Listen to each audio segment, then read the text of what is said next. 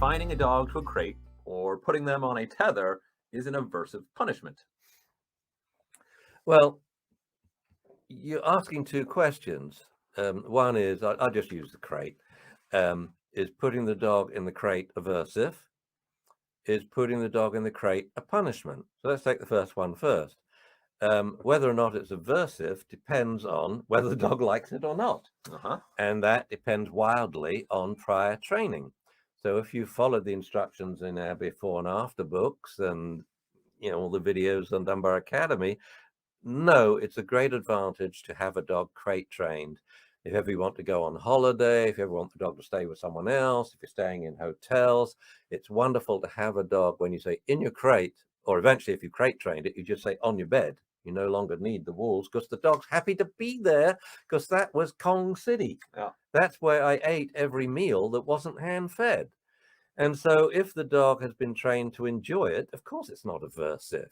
If, on the other hand, you did no training, I want the dog to be free, I want my dog to be free, and then you come to us when it's 8 months to a year old, fed up, the dog's destroying the house, chasing the cat, running around, acting like a total idiot. So now you're thinking of crating him. I say, well, you can't. That would be cruel. You can't give a dog animal liberty and then take it away. No, we totally confine young puppies, then we give them liberty for the rest of their life.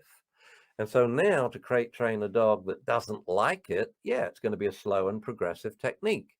Classically conditioning the dog to, eat from Kongs close to the crate, then in the crate with the crate door open, then in the crate but tied in the crate so the dog can't leave, bring the Kong out, then eventually in the crate. Then what we're going to do is shut the dog in for 30 seconds, then open the door and take the Kong away from the dog.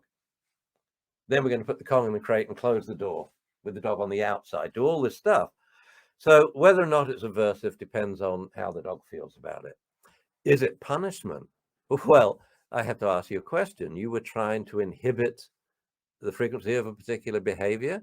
What was that? If so, did it work?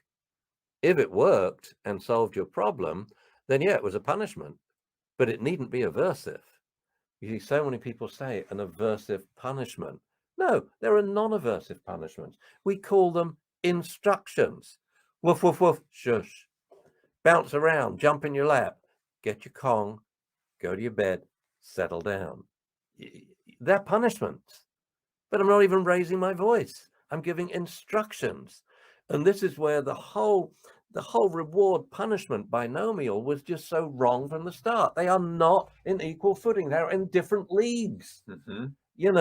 That reward training are the warriors, and because it's so powerful, it's so quick. Why is it so powerful? Because every time you reward, the dog will be more likely to do that in the future. So more opportunities to reward. So it'll be even more likely to do it in the future. So eventually it's all the time. It loves lying down and being quiet. There's no time to bark.